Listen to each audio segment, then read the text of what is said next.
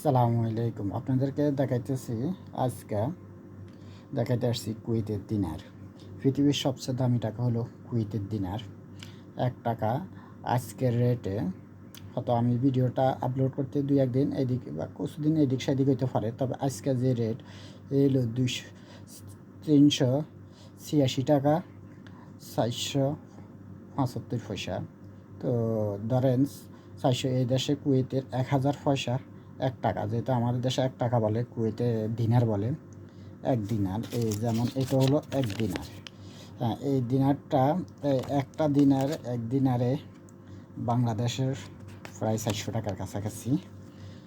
আচ্ছা যাক, আর এটা হলো কুয়েতের দিনার। তো এটা হলো কুয়েতের সবচেয়ে বড় দিনার, 20 টাকা। আর এই 20 টাকার নোটগুলো যারা কুয়েতের টাকা অনেকে চেনেন না তাদের জন্য, আবার অনেকে কুয়েতে আসতেছেন তারা টাকা চিনতেছেন না তাদের জন্য এটা হলো 20 টাকার নোট।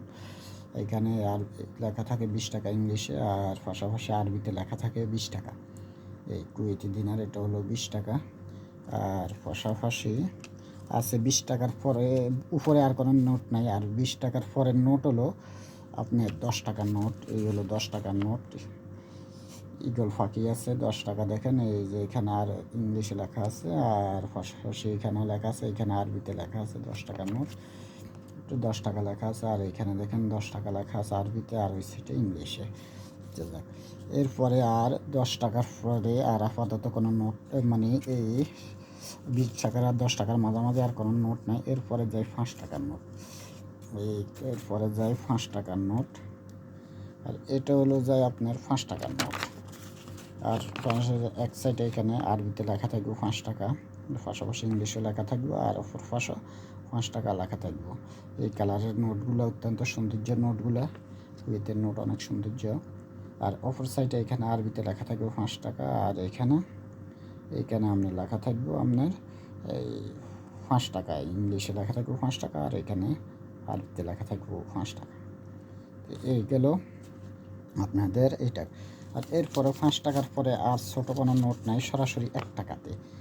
20 টাকার পরে 10 টাকা, 10 টাকার পরে 5 টাকা, 5 টাকার পরে যায় এই 1 টাকা। 1 টাকার নোটগুলো এইভাবে হবে আপনারা। এই এগুলো হলো আপনার 1 টাকার নোট। দেখেন এখানে আরবিতে লেখা আছে 1, আর ওইখানে যে ইংলিশে লেখা আছে 1। এরপরের নোটগুলো হলো, আর এর মাঝামাঝি আমাদের দেশে 1 টাকার নিচে সাধারণত কোনো নোট বা পয়সা হয় না। এই দেশে হয় আপনার এই 1 টাকার পরে নুজ দিনার। নুজ দিনারটা আমার কাছে আপাতত নাই। এরপরে যাই নুজ দিনার পরে হচ্ছে রুবা দিনার, যেটাকে আমরা সাইরেনা বলি। এই যে এখানে লেখা আছে আপনার এই 1 টাকা, 1 আর 4, মানে 1/4 1/4কে রুবা দিনার বলা হয়, যেটা আমরা সাইরেনা বলি। এটা হলো সাইরেনার নোট। আমি দুঃখিত, 8 আনার নোটটা নাই, মানে ওটারও নুজ দিনার বলে, নুজ দিনারটা নাই।